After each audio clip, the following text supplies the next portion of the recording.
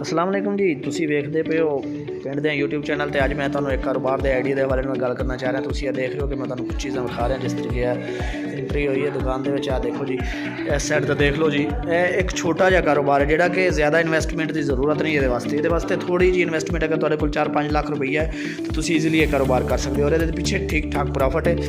कितों खरीदना है, किवें खरीदना, किन्ने दा खरीदना है, सारी डिटेल मैं तुहानूं अगे देंगा। फिलहाल तुहानूं मैं दसना भी ये कारोबार दे विच किहड़ी आइटम है, किहड़ी चीज़ दे विच भाई ने रखी हुई, की किन्ने दा बेच रहे और किन्नी एक आइटम के पीछे प्रॉफिट हैगी। अगर तुम मुकम्मल वीडियो देखोगे तो तुहानूं मुकम्मल गाइड किया जाएगा कितों जाके तुम लै सकते हो, कितों तुहानूं मिलेगा तो किन्ने दी एक चीज़ खरीदी जा सकती है और किन्ने दे पीछे प्रॉफिट होंदा है। ठीक है, किन्ने कस्टमर लगन तो किन्नी दिहाड़ी बढ़ सकती है और क्या थोड़े पैसे नाल भी तुसीं एक अच्छा कारोबार कर सकते हो।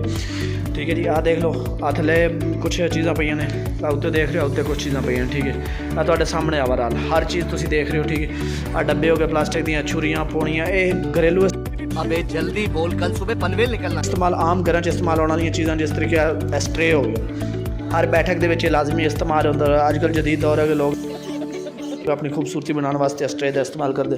ठीक है जी, आ प्याले हो गया, गिलास हो गए, यानी कि वो चीज़ां ने जिहड़ियां कि आम नॉर्मल रूटीन इस्तेमाल होने वाली ने। जिस तरीके की आ चाह की पौनी होगी, तुहानूं पता हर घर की ज़रूरत है इस टाइम। कप हो गया, हर घर की ज़रूरत है, डब्बा, बाल्टी, बास्केट, छाबा, चगेर, हर चीज़ जिहड़ी इत्थे जो भी पिया ना, तुहानूं पता भी ये हर घर की ज़रूरत है। ये जितनियां आइटमां तुहानूं नज़र आ रही हैं सारियां तकरीबन हर घर की ज़रूरत ने। ठीक है, तो हुण सीन ये है कि अगली गल मैं तुहानूं दसना भी ये है की चीज़ और ये पिछे प्रॉफिट कितना। फॉर एग्जाम्पल तुसीं आ चैक कर लो, आ वड्डी पौनी, ये तकरीबन उत्थों मिलती है 130 रुपए की। तुहाडी जिहड़ी सेल है वो तुसीं लिख के लाया, वो सामने जिस तरीके भाई ने लिख के लाया कि 150 रुपए की, ये 150 रुपये तुसीं लिख के लाया। तो फॉर एग्जाम्पल ये एक चीज़ जिहड़ी ना एक पौनी एक ये अगर विकदी है तो तुहाडे 20 रुपये बच जाते हैं। ठीक है, इस तरीके अगर यह विकदी है तो तुहाडे 30 रुपये बच जाते हैं। ठीक है, इस तरीके तुसीं जो भी इन्हां जितनियां प्रोडक्ट है ने भाई दियां तुसीं देख रहे हो ना, ये कोई भी चीज़ एक बेचोगे। फॉर एग्जाम्पल आ तुसीं डब्बा बेचदे हो, ये 100 रुपये का मिलता है, 150 का विक जाएगा तो 50 रुपये तुहानूं बच जाएंगे। ठीक है जी, अगर तुहाडे तुसीं राउंड अबाउट किसी अच्छी जगह पर किसी अच्छे पॉइंट पर ला लेंदे हो कारोबार का सैटअप, ठीक है, तो तुहाडे 10 कस्टमर भी लग जाते हैं। फॉर एग्जाम्पल 10 कस्टमर आते हैं, जोड़े कोई एक कस्टमर 2-3 चीज़ां लै जाता, तो करद्या कराद्या भी रुपया तुहानूं 1200-1500 बच जाता है। अगर तुसीं ठीक किसी पीक पॉइंट ला लेंदे हो जिथे माइयां की आमदोरफ्त बहुत ज़्यादा, जिथे कस्टमर की जो ना रौनक ज़्यादा। चलो भाई देखो अपने क्या कर,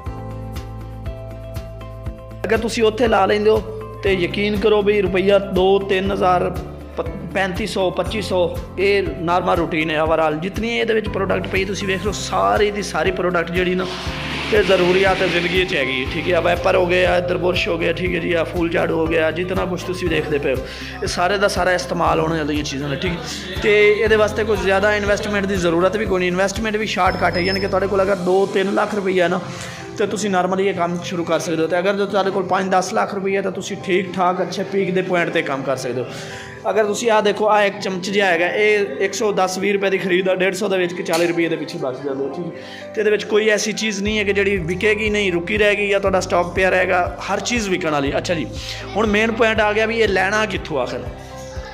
लाहौर हर बंदे नूं पता, लाहौर तकरीबन ओवरऑल लोग जानते हैं, लाहौर के नाम तो लोग वाकिफ ने। लाहौर चले जाओ, शालमी चले जाओ, शालमी के अंदर जाके नूर गली है, नूर गली चले जाओ, उत्थे जाके तुसीं उन्होंने कहना फॉर एग्जाम्पल तुसीं 150 रुपए की सेल नहीं लानी, तुसीं लानी 120 रुपए की सेल, तो तुसीं उन्होंने जाके कहना भाई सानू ऐसी प्रोडक्ट कढ़ के दिओ जिहड़ी 100 रुपए की सानू मिले, ताकि असीं 120 रुपए की बेच के 20 रुपये प्रॉफिट कमा लीए। वो जनाब तुहानूं इन्नियां प्रोडक्ट कढ़ के देनियां 100 रुपए की रेंज कि तुसीं हैरान हो जाओगे कि तुसीं एक सैटअप ला सकते हो। जिस तरीके की आ छुरी पई है, ठीक है जी, आ चम्मच पे है, ठीक है जी, आ पौनी पई है, इस तरीके तुहानूं किन्नियां आइटमां कढ़ के देणगियां जिहड़ियां तुसीं ला सकते हो और 100 रुपए की खरीदारी करके तुसीं 120 रुपए दे बेच के तो 20 रुपये बचा सकते हो। ठीक है, और जिहड़े लोग इस चीज़ तो परेशान ने कि असीं कारोबार की करिए यार, साढ़े कोल 2 लाख है, 3 लाख है या 4 लाख है, 5 लाख है, तो मेरा भाई इस दौर कोई भी मुश्किल काम नहीं है।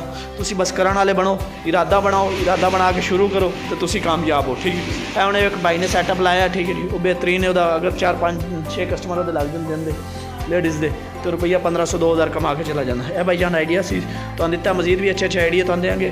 तुसीं वीडियो लाइक कर दो, शेयर कर दो, कमेंट कर दो, ताकि अगली वीडियो भी असीं बनाइए इस तरीके के बिजनेस।